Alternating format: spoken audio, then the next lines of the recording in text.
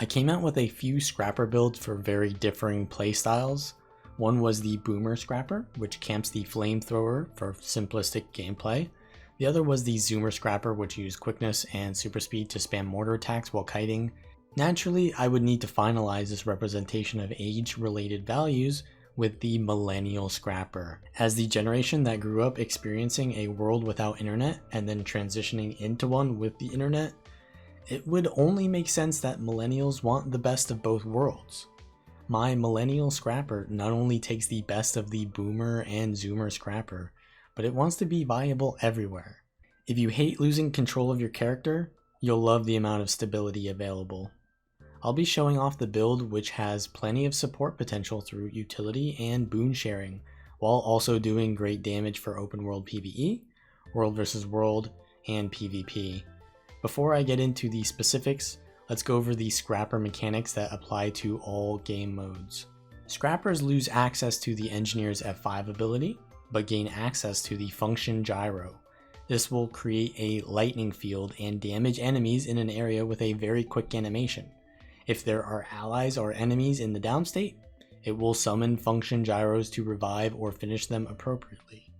These gyros are very fragile and can be destroyed or CC'd, but they're great because you can keep performing other actions while they do the job, and it will simplify decision making for down situations in PvP because it will stomp and revive simultaneously. The cooldown does get longer for each gyro that is created, so when not used for reviving or stomping, it is a nice low cooldown damaging ability. Despite Scrapper's low evasion, they have plenty of super speed, which makes you move faster than swiftness, and can be very powerful as an aggressive chasing or defensive kiting tool. When using your heal tool belt skill, you will gain super speed, and when using your heal skill, you will give super speed to yourself and to nearby allies. Because super speed stacks in duration but caps at 10 seconds, you want to be rotating through these and your other super speed granting skills for mobility. Scrappers also lose 180 vitality, lowering their potential maximum health in return for gaining 15% of their damage dealt back in barrier. This promotes a highly aggressive playstyle that gains more sustain the more damage that is dealt, and we absolutely will be utilizing this trait to its fullest extent. The equipment I use for this build is full Berserkers with 2 Valkyrie accessories and backpack to make up for the loss of health, so we're not too easily bursted. Also, since we'll be gaining lots of barrier from Impact Solvent, it is important to know that barrier has a maximum cap based on how much health you have. The higher your health, the more barrier you can have. It's basically 50% of your maximum health. Though, this won't increase the amount of barrier we get, only increase the limit. I take pack runes for added precision, boon duration, and power, and the swiftness and fury uptime is nice because those boons will grant damage modifiers in the traits. I take hammer with cleansing and strength sigil. Swapping kits will grant on-demand condition cleanse, which is just unobtainable anywhere else, and the sigil of strength will grant might over time for even more sustained damage. I use the bowl of prickly pear sorbet for extra critical damage modifiers and more might generation chance on critical hits, which can easily help you reach 25 stacks of might on this build. The PvE traits are tools, firearms, and scrapper. I go for static discharge for slightly more damage when using the tool belt skills, but you can go for reactive lenses in the unlikely event that you get CC'd, but you can go for it if you want. Streamlined kits will give you swiftness when swapping into a kit for basically permanent swiftness. Kinetic battery will grant super speed and quickness after every 5th tool belt skill in combat, and tools will reduce the cooldown of your tool belt skills, which is also going to grant you vigor, which will also give you damage increase. So it's going to give you dodges and extra damage every time you use a tool belt skill. Some of the tool belt skills are instant casts that won't interfere with your damage combos, so you want to spam these out during your damage combo to get more quickness and damage modifiers. In firearms, I take the extra crit chance traits and a Fury within 300 range of targets I hit. Fury will also give extra critical damage, which is why the pack runes are so good. They not only improve the Fury uptime to a permanent status, but that Fury will be giving extra damage modifiers. You'll also give out bleeding, often to enemies when critting them, which will give you even more critical chance against those targets. Juggernaut will increase the duration of might gained by 20%, and pulses might and stability while wielding the flamethrower kit. This trait allows you to shrug off many CCs while in the flamethrower kit, and while I don't suggest camping the flamethrower kit all the time, you could still get good results from doing so. In Scrapper, I take gyroscopic acceleration to increase the radius of the gyro abilities and give super speed when a gyro ends or when you cast function gyro on an area. Object in motion gives 5% damage modifier for each of the following buffs you have. Stability, which we can get permanently in the flamethrower kit. There is swiftness, which is permanent with streamlined kits. And super speed, which we're going to be getting a lot of from Scrapper. So it gives a reliable 15% damage increase. Finally, take kinetic accelerators, which will convert power into boon duration and grant quickness to an ally whenever you grant them super speed. This is such a powerful supportive trait that allows you to maintain quickness on your allies in group settings, while also just making your hammer and flamethrower abilities feel much better. So if we look at all the places that give out super speed, I can use my heal skill, I can use function gyro on the area that I'm included in, I can use any of my utility gyros and the end of them will give out super speed and then quickness. Then if I use the tool belt heal skill, I give myself more personal quickness. And of course, while in combat, you gain kinetic charge, which will give you super speed and quickness when you use 5 tool belt skills. To deal damage, this build is very simple. You have the Hammer 5 skill, which will pulse out damage in an area and stun at the beginning. Then you have the Shredder Gyro, which will pulse damage around you. And you also have the Shredder Gyro tool belt skill, which will place a pulsing damage area on the ground. So those are your 3 main pulsing damaging abilities, which you want to use together. And you can also use the Hammer 2 for some projectile reflect, and it does a decent burst of damage. Hammer 4 is a block that gives out some vulnerability and barrier. Hammer 3 gives some evade frames and decent damage, and it will give a leap finisher on the first and third leap. The skill is great for comboing with your water field on your heal skill, or the Mortar 5 elite skill, Elixir Shell. Leaping twice through the water field will give good sustain to this build, which really does lack sustain besides the huge amount of barrier it gets. One problem with this skill is that it's such a long animation that locks you out of control of your character, and you might leap way out of position. You can actually cancel the animation by swapping into one of your kits and then pressing the weapon swap button, which will drop the kit and cancel the action that you are using so that you can control how far your leaps go. So if you get low health for whatever reason and you are pumping barrier but can't get your health up, you want to use combo fields and finishers.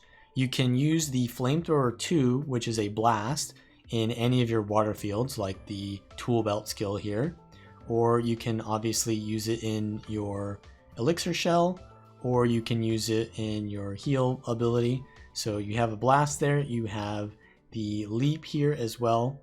The Flamethrower 1 skill will do a good amount of damage, and it's a renewable damage source.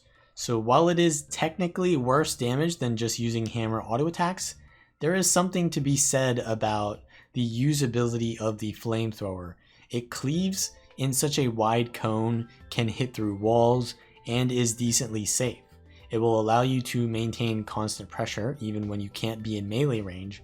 However, it does require you to be facing the target and to be on the same height as them, which in a lot of cases makes it very counterplayable in PvP game modes and requires you to backpedal to maintain pressure while kiting. You do have the 5 skill, which is a very point blank blind, and the air blast, which will push enemies back, and will even projectile reflect like the Team Fortress 2 Pyro. This build does have quite a bit of projectile reflect from the Hammer 2 and the Flamethrower 3, and then the Tool Belt skill from Bulwark Gyro called Defense Field grants a projectile blocking field, which will also grant stability to you and nearby allies on its initial casting. So you want to be next to them as soon as you cast it. You can use this to fill in the gaps between when you leave Flamethrower and return back to it so you never lack stability. And the Mortar kit has access to long range damage as well as pulsing, blind, chill, and poison fields. So let's go over the basic skill priority. I want to stack quickness on myself permanently, but I don't want to waste my abilities, so I'll start out with the function gyro on myself and the tool belt heal skill. Then I will cast the main burst combo of Shredder Gyro, Hammer 5, and Shredder Gyro tool belt. So give out the quickness, do your big burst here with all of your pulsing damage, and then give out some vulnerability to increase that damage. Use your Electro Whirl, and then from there you can decide if you want to just keep Hammer autoing or if you want to go into Flamethrower. Now you also want to make sure that whenever you use your big burst combo, you want to have Vigor up from using your tool belt skills. So every 20-ish seconds, you're going to have your Shredder Gyro, you're going to have your Thunderclap, and you're going to have your Spare Capacitor up. Then you want to use some tool belt skills, get the vulnerability, and then burst through that. Then you can kite off with the Flamethrower, be a little bit more safe. You can put down the blinding field and just survive until the next burst comes up. Stack your quickness up with your heal skill and your function gyro, and then when the time comes, put down the big burst damage and do the burst combo, and you should do a lot of damage. It may seem easy, and while it is very easy to hit a golem, when you have to support your allies in a real situation, or decide between ranged or melee weapons, or use combos while taking pressure, it definitely becomes more involved. Here's the champion Chak Lobber hero point in Heart of Thorns, and I'm going to show you guys how not to do this hero point. Don't go in and immediately die without using any of your cooldowns. So yeah, we're going to come back in here and go over some of my mistakes and show how I will react to the encounter.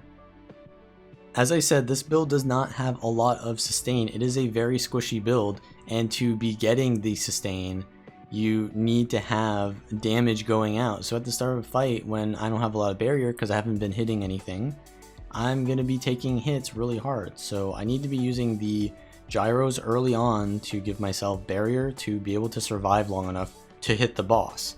So it's sort of like this win more situation. If I can't hit the boss, then I don't get barrier. And then if I don't get barrier, I can't hit the boss so that I can get barrier. So it's like you need to be very careful and not get hurt too much, or then you fall behind and then you get snowballed by losing too much. And here I'm using the one thing that I'm really making good use of now is the heal skill with the leap in the Hammer 3, because that'll give you 2 blast finishers, and combined with your heal skill, it's pretty much a full heal. So that's really important. You'll see I'm pretty much using that all the time, and that gives most of the sustain of this build is this leap combo I'm showing you right now. I'm at full HP now. I get hit a little bit and I lose all of my barrier, but I'm okay. So we're gonna give out some more quickness. You can see the quickness is pretty much permanent at this point, so we don't have to worry about that. And yeah, I'm taking a lot of damage just running around trying to stand behind the boss. My heal skill is up, so I want to be using that with the leap here, and the stability is up, but I lose it all. Now I'm just flamethrowing the boss with my permanent quickness. I'm gonna put down some chills and blinds just to get the boss's CC out, but yeah, I don't think we can break this bar by ourselves. We'll try to do it here. We had the days from the tool belt skill from Shredder Gyro, but yeah, there's not too much elsewhere. I'd have to use the Flamethrower 3, right? I could have done that here, but yeah, I chose not to. just chose to go for damage here and kite the boss. Now, we're trying to avoid standing in front of the boss using the super speed to constantly move around. I have to dodge that attack, use the hammer leap and the heal skill for the sustain. And yeah, some of these attacks are just unavoidable. In a lot of cases, if a build relies too much on avoiding damage, it often just is not good, because you're always going to get hit by damage whether or not you like it. No matter how good you are at the game, some damage is just unavoidable, and that was definitely avoidable, but I got hit by it. And I'm going to still survive though, because I have the heal combo, which gives me a decent amount of health. I'm still afraid to get hit by anything, so I wait to go in until the attack is off. I get hit by one auto attack there and it chunks me to like almost dead, but I have the heal combo here ready. I have like 7k barrier, and then it goes down to 1k barrier, as you can see. So yeah, this boss hits really hard. Remember, my build, it doesn't really have any toughness on it. It does have some protection, but that's pretty much it. So the boss is really low at this point, and I'm going to use my hammer leap to evade that knockdown attack and use my blast finishers in that heal field. And now I guess the mortars aren't really too useful here, but I'm just trying to be very safe using the flamethrower auto from a distance, and we're gonna get the boss down. So yeah, that's kind of how you want to strategically survive with this build. In World vs. World, you're gonna need a lot more sustain to be able to engage other players, because unlike in PvE, you can't just sit there and damage them to get barrier. They're gonna play around you and you're not gonna always be able to hit them. So you need a reliable amount of sustain to be able to survive. So I have replaced the tools trait line with alchemy, and in firearms I also replace the high caliber trait with sanguine array, and that's going to give you might whenever you bleed, and you have a chance to on crit give bleeding, but since you're hitting so many times, it's going to happen quite often. And remember, the prickly pear sorbet has the same effect, so it doubles that. So essentially, when you're hitting multiple targets like this, you're gaining a lot of might, and that works really well with the alchemy trait line because of the compounding chemicals trait, which will give you not only boon duration, but it will also give you healing per instance of boon that you gain. So you're not only gaining fury and swiftness and stability, but you're also gaining a lot of might, and it will give you healing for each instance of that might. So when you see me getting to like 25% or 25 might stacks here, that's healing quite a bit over time. So yeah, there's a lot of sustain that you can gain from hitting enemies. And of course, you want to have the health insurance trait to increase the amount of healing you gain by 10%. And then you can choose between backpack regenerator and emergency elixir. I think that emergency elixir is probably better, because you already have a decent amount of sustain, and while this is really good value for being in kits all the time, the counter to this build is really burst damage, so you have plenty of sustain already. You don't need more. You need to just have the counter to your counter.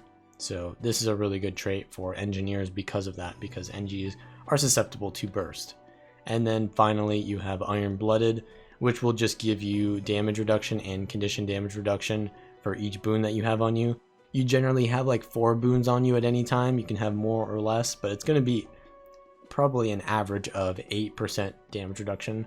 So it's okay. It's just nice for allowing you to get more value out of your barrier and more sustain. Then instead of the Shredder Gyro, I take Blast Gyro, because not only does it have a stun break on its tool belt, which is going to be really necessary even though you have tons of stability on this build, you're still going to get CC'd or corrupted at one point. So just having one stun break on the build is really enough to prevent you from just getting one-shotted from one CC that gets through your stability. So that's nice. But also, the stun break gives you super speed, which means it gives you quickness. And the blast gyro is also really good too, because it's an unblockable knockback after a couple of seconds when the circle reaches the middle. And it will also give you tons of might, and that's going to give you more healing. And then it has a fire field that it creates while it's doing that circle. And then it also has a blast finisher at the end of that combo. And you also will be able to use the mortar a lot more liberally in World vs. World, because you're not always going to be within range to use the flamethrower. So you have like the melee range hammer, you have the kind of like medium range flamethrower, and then you have the elite mortar kit, which is going to allow you to do really long range attacks and be really useful in situations where you can't go into the mix, but you can still, with quickness, do tons of damage. As you can see, they're doing like up to almost 3k there on each attack, and with quickness, they'll happen quite often. So one thing that you really want to do for world versus world is get the targeting down for your ground target abilities. So what I like to do is go down to the combat and turn the instant ground targeting on. What this will do is it'll make all of your ground targeting abilities have no range indicator because you will cast them instantly. But if you also have the retargeting enabled here, that'll allow you to change the direction of your ground targets mid-cast. So if you look at my mouse here, it's over there. I'm going to start clicking now, but I'm going to move it over here. And essentially what that means is if a target is moving, all I need to do is keep my cursor on them, and that will ensure that I will always shoot at their location rather than where they used to be. And it's just going to make you a lot more accurate with your mortars. It's going to allow you to get a lot more poke damage on enemies, and that pressure will often bait out cooldown so that when you do go into melee, you're going to be at a big advantage. Even though this build is very simplistic in many situations because you're just pressing flamethrower auto, there are a lot of combos that you need to get used to optimize your play.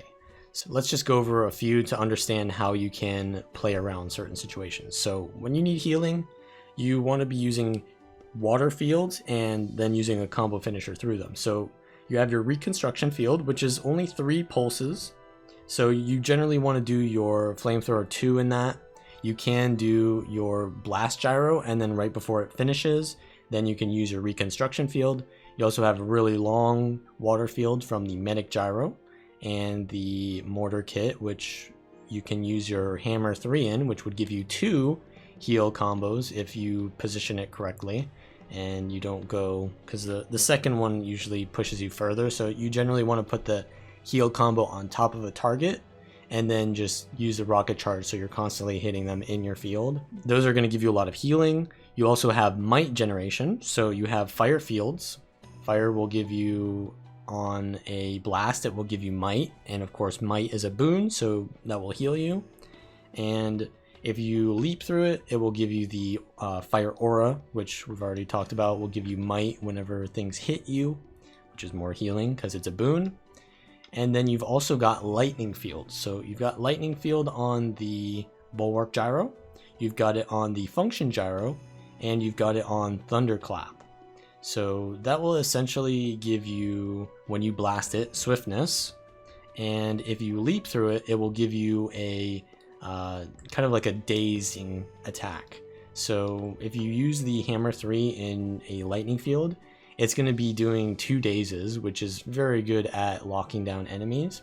And if you blast it, you're going to give yourself swiftness, which is just going to give you damage modifier. So think of lightning fields as more aggressive, healing fields as more defensive, and might or fire fields as kind of like a balance between the two. PvP is going to be pretty much the same as world versus world, except because the cleansing sigil only gives 1 cleanse in PvP. You're going to need the purging sigil as well, and in this way you have still less condition cleanse than in world versus world, but because you have more instances and less burst cleanse, it's actually more beneficial to use the purity of purpose trait, which will give you boons based on the condition that you cleanse.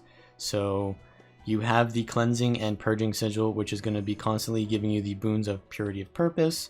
And that's pretty much it. It's all the same. You have the Demolisher Amulet and the Divinity Rune, which is going to allow you to get up to that 16,000 health, which is a little bit more safe than being at 14,000 health. That's way too susceptible to burst. And the Demolisher Amulet is going to give you a little bit more toughness, because essentially this build is going to be very much the target of enemies, because they don't like to allow you to free cast all this damage on people. So I like to go for Demolisher when I get focused, but if you are playing and you're not getting focused and you need to do more damage, go for the Berserker amulet. Absolutely. And you have to remember that this is a DPS build, so you want to be going into team fights, and you often will give support to your allies while doing damage. So it's like a very team fight oriented build that can revive and stomp enemies easily with the function gyro.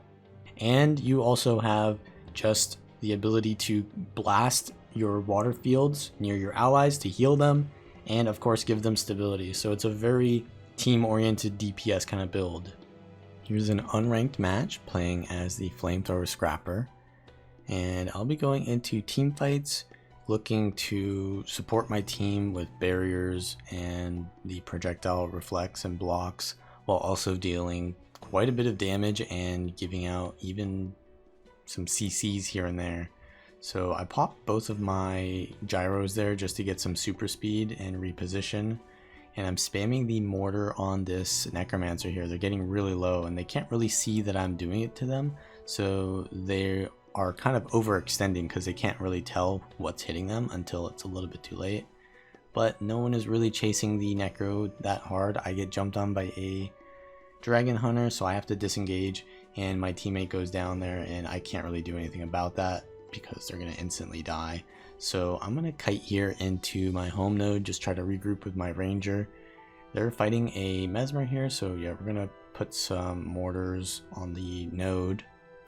And I look back and see that there's quite a bit of allies coming back into our home node, and that means that we're going to be, essentially their team is going to push into here as well. So we need to get this kill quickly, and then we need to move out because as you can see our necro is also dying here, and yeah, they're pushing in finally, so have to be very careful. I'm trying to peel for my teammate here by giving them the projectile block, but yeah, they're getting focused really hard. I am trying to get rid of the necro shroud here, but my ally goes into the down state. I don't have my gyro to get the res, and they would have got stomped anyways unless I had a CC.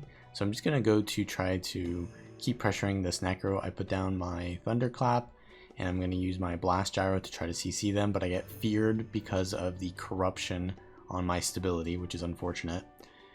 And now my teammate goes down. I go for the gyro for the res, but I counter cleave instead of going for the res with it because I know there's going to be a lot of damage there, and yeah, you can see we're outnumbered. So if I went for that res, I would have died immediately there.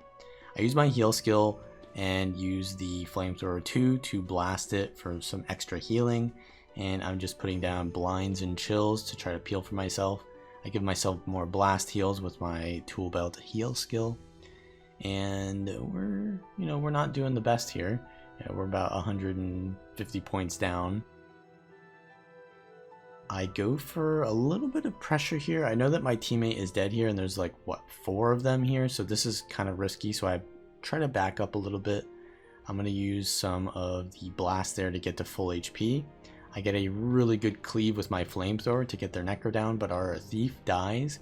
I try to cleave very fast, but necromancers have so much health in downstate, so our thief dies first, and now I am way outnumbered. I try to put down the fields to peel for myself, but I get killed as I should because I am way out of position. My team is actually capped nodes because we're so long outnumbered there, so we're actually not in the worst state because we have 2 nodes. But we did just die, so we're going to probably lose mid off of that. So I'm going to just head into home. Yeah, we've just died at mid, and we're just going to regroup at home. So I can blast here I just got some super speed, but I could have blasted that with the flamethrower too to get some swiftness. And here I'm going to do it again. I'm going to blast for swiftness, and I'm going to try to help my Deadeye here, try to get some kills. We're going to push into mid together. I use my heal skill just to give out some quickness and super speed, and their mesmer is going for a decap, so I use the hammer 3 to get onto the node before it gets decapped. Now I see their rev is coming in, so I'm trying to get the kill here. I get downed, and yeah, they're gonna back off because they see that their ally goes down, so that's a good disengage by them. But I'm just trying to snowball off that kill because we need to get momentum on the map. So I am pushing for the kill on the rev. I put down my water field from the mortar kit just in case the rev jumps on me, then I can do some combo fields to heal through that. Our teammate dies here. I'm going to blast my heal skill with the flamethrower too. And yeah, our team gets that kill there. But now we can regroup and come into mid and get this revive with my gyros. And this yeah, we have stability as well, so there's not much they can do about this. Try to avoid the lich as much as possible. And it looks like they're kiting away anyway, so we're just going to stay with our team, try to get these kills. The blast gyro is out, and we actually get the knockback on one of them, and we get the down on their necromancer due to the entire flamethrower burst there. And now we're going to get this kill most likely on this rev, so this is very good because now we've got momentum on the map, we've got kills, and our necro is kind of in a 1v1 with their mesmer at home. So that might be bad, I might want to go there, but yeah, their ranger looks like this coming here. They actually got a kill on our ranger, so just want to get this kill. And blast gyro there is actually really good because it knocks them off the node. So if you ever like get a kill or win a fight, you knock them off the node with the blast gyro, and then you can cap the node while bleeding them. So it's pretty nice. Here I use my heal skill to pulse out healing and blast it with the flamethrower too, just to keep my allies a little bit topped off. I mean, this isn't a support build, but it has support in it, so it's just nice to be able to do that when you need it, right? So now we're going to be pushing into the 1v1 with this mesmer. I need to use reflex because they have the pistol, I believe, the potential for the pistol to stun me and put on a lot of bleeds. And my ally actually goes down here. I don't have the function gyro available yet, and by the time it is available, they're gonna be dead. So we're just gonna back up, and since this is our home node, we're gonna be able to regroup with our respawns. I see their rev is going to jump on our necro with our their mesmer, so I'm just trying to cleave, do CC with the blast gyro, and peel for my necro as much as possible. The rev goes into the facet of light, so I just blast a little bit of might while waiting for that to go down, and now we're just going to get this kill on the rev, just trying to move my mouse as quickly as possible so that my flamethrower is constantly hitting the rev.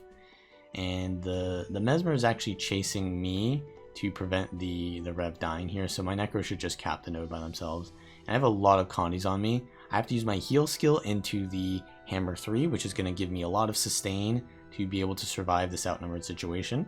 And just with all the cleave that I'm able to do on these clones, I gain so much barrier to survive. Now we're going to put down the function gyro here to finish off this kill. I'm going to cleave while it's stomping, and that rallies our dragon hunter. I'm a little bit immobilized there, which is dangerous, and I use the combos there to heal myself a little bit more. I am taking a lot of condition pressure. I have to use my heal. I'm going to probably blast it with the flamethrower. And while I'm kiting off here, I see their mesmer is low, so I'm going to chase that. I am kind of low on cooldowns, but I have probably more cooldowns than them, so I am playing very aggressively, using the super speed to try to chase the mesmer, but they use stealth and blinks to get out of the way, so I have to back off because they have respawns coming to help them get out there. I put down some of my healing combo there just to top myself off, and then we were just running people down with the flamethrower, getting kills. I see their rev is going towards home, so I give myself super speed and spam out all of the mortars here.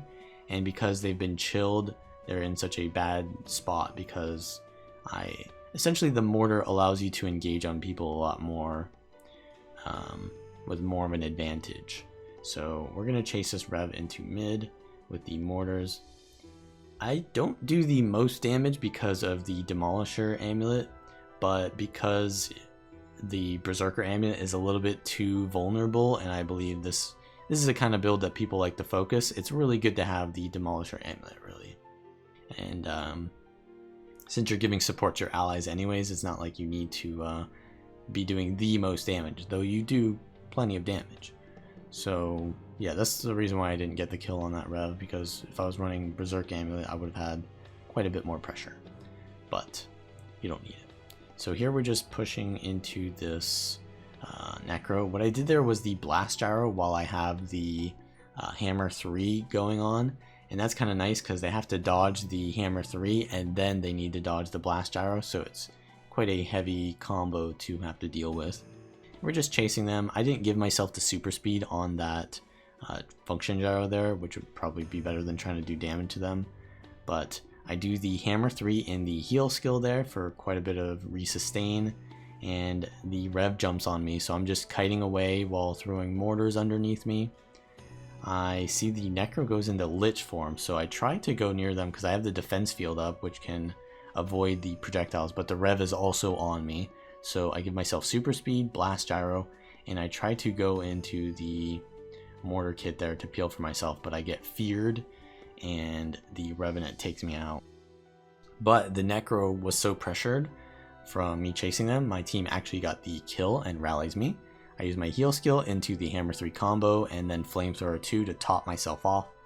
And then we re-engage here. I see my ally is dead and I go for the function gyro into the bulwark gyro, which is going to allow us to get that res very handily. And now we can just flamethrower down the rev and 3v1 this ranger and get this node. Now our team is holding the rest of the map, so we're in a really good spot. And I don't want to leave this, I believe, ranger here by themselves because I know they have respawning and the necro is definitely coming back from respawn. So I stay here just to get the kill. And this necro build is, yeah, probably one of the more survivable builds in the game because it's just so many life bars and so many condition removals. So staying here is maybe not the best decision to 2v1 this, but since we're at 460 points, it's probably a reliable enough win condition. So we're just trying to keep on top of this necro.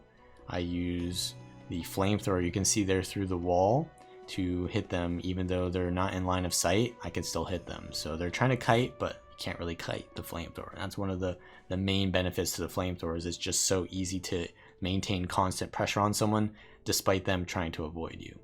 And our ally does go down here, but I'm able to cleave enough that we get the kill and the win. So that is pretty much how you play the flamethrower scrapper. If you enjoy this content, then like the video, subscribe for more, and check out the links in the description below if you want to support me. Also leave a comment and share all of my videos, and I will see you all next time.